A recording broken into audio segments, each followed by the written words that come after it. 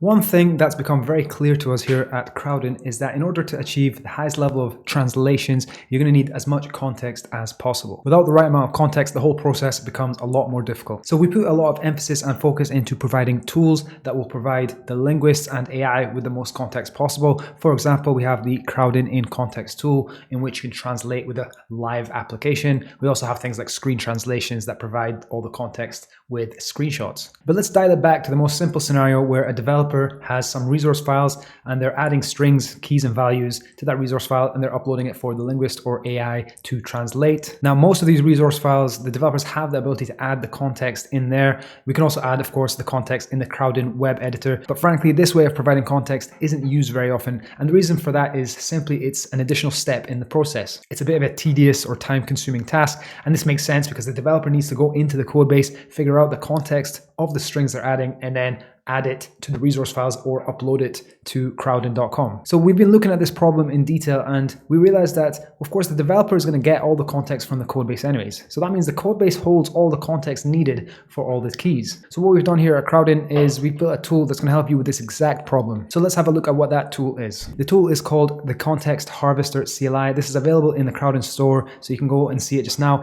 It is in beta, so it's very experimental. It's early days, but you can try it out and just see how it works for you. What this tool does, and you can read it from the description here, is it's going to pull all the keys from your Crowdin project. It's then going to go through the actual source code for your project, and then using AI, it's going to determine the context for as many keys as possible. You as the developer can then review all the context that's been added by the AI, update it however you need, and then you can upload it using the tool back into crowdin.com, ready for any linguists or AI to use. And one of the main things worth pointing out is that this is going to be an open source tool, so you're going to be able to see all the code that drives this tool behind the scenes. And of course, you're going to be able to configure the tool itself, configure the prompt, configure a lot of the options which we'll see in the demo. So we'll leave a link to the documentation in the description below to go in more detail. I'm going to keep it on the side here as a reference, and we're just going to jump straight into demo to see how this all works. So the two things you're going to need is, first of all, you're going to need a Crowdin project. So I've got one here. It's just called Harvester Tutorial. I've kept it the absolute default settings. The only thing I've done is I've set the source language to Ukrainian because that's going to be the project we're going to be playing with. And I've just added a couple of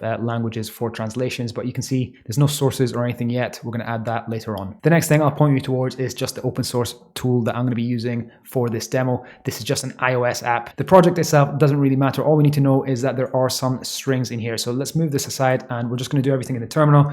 We can see that this is just the open source project here on the right. And the only thing that we need to know is that there is a strings file. Let's enter here. This is how we handle strings on this project. So we can see the keys on the left hand side. We can see the values. We can see there's no context provided. There are some comments here which Crowdin will try to pick up, but generally there's no context provided here. So let's quit out of that and move on with the demo. So the first step here is I'm just going to add my source string to my project. So I'm just going to drag over the file, that localizable strings, and it's just going to import into the sources, and we're just going to see that this has 81 strings. And if we jump into the strings, we can see that the general context that's added is essentially the key, right? So it doesn't actually provide much context here. You can see if somebody's translating this, that doesn't really provide them with anything additional to the identifier that we already have. So let's try change that. So let's close this back up here. We'll head back over to the documentation and just make sure that we follow the rules. So the first thing we're going to do is we're going to install the CLI. I've already run this, so I've got it already on my machine. And the next thing I'm going to do, just for the purposes of this demo, is I'm just going to add an alias, CH, for Crowdin Context Harvester.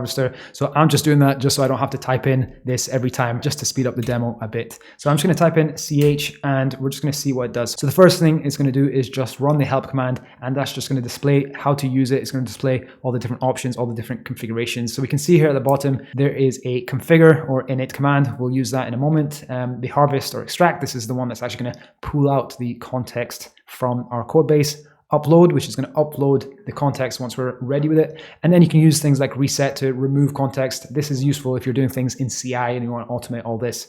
But we're going to start off with the configure tool. So I'm just going to run configure. This is the first command that you should be using. And one additional note is I've already set up the Crowdin token and Open API environment variable. So it's not going to ask me for those. If you don't have those set up, it will ask you for them. Of course, I want to keep them hidden for the purposes of this demo. But what the configure command is going to do is it's going to take you through a series of questions, and then it's essentially going to generate the query that you need to do the harvesting. So I'm going to go through all these just to show you how this works and see the output that it gives you. But I already have the command I'm going to use hidden away. So we'll just use this as kind of a bit of a playground demo. So which project are you going to use? I'm going to use crowdin.com. Next thing, I'm going to pick the project. AI providers, of course, you can change to different providers. Let's stick with OpenAI. You have the different models. Eventually, I'm going to go with GPT-4, but let's just pick the default there. I'm just telling it here that I want to use the keys in the code. So let's just stick with that default option. You can customize the prompt file. So you can customize the different prompts that get sent to the AI model. All this is going to be in the documentation, so I won't go into too much details. But again, if you scroll down in the documentation, it shows you here. Here's the default prompt, and here's how you override it. So let's just hit enter there. Then next up, you're going to tell your tool where to find all the relevant files. So these are all the files that it's going to use for the context. That's the local files. These are the ones to ignore, things like node modules, hidden directories, etc. You can just ignore these ones. And then you have the Crowdin file. So where are the actual translations, the keys kept? So that way it can take the keys. And then you have the Crowdin query language. So you can add additional filtering logic using the Crowdin query language. Again, in this case, I'm just going to keep that empty. And I think one of the final things is where do you want the output? So you can do a dry run here on the terminal. I'm going to pick a CSV, and then it's just going to be the default CSV file. So now that I've ran that command, it basically gives you the final command that you can run and actually try the harvesting. So in my case here, I already have one prepared, so I'll just paste it here. So we're just running the harvest command. I've got my project, OpenAI GPT-4. In my case, I'm going to be looking at all Swift files. So these are all the files that are going to be providing the context. I'm going to ignore the string files, which is basically my localization file. And then I'm explicitly saying for the localization files, just look for anything .strings. And then we have the output. In this case, it's going to be the CSV. So what I'm going to do is I'm going to hit enter here. And what it's first going to do is it's going to pick up all the keys for our translations. And then it's going to go through the source code and essentially try to find the keys inside the files and try to determine the context from all that. This can take up to a few minutes. So I'm just going to let that run and come back when it's done. So that's it, finished harvesting. Now we can see that we have 44 strings saved. And just before we look at that, we can just have a look at the logs above, and we can just see that in certain files, it finds a few strings. So in this case, it found a couple of strings, and it can generate context for one of those strings. So let's have a look at the CSV. What it generates is basically, it's got the IDs, the keys, the actual text.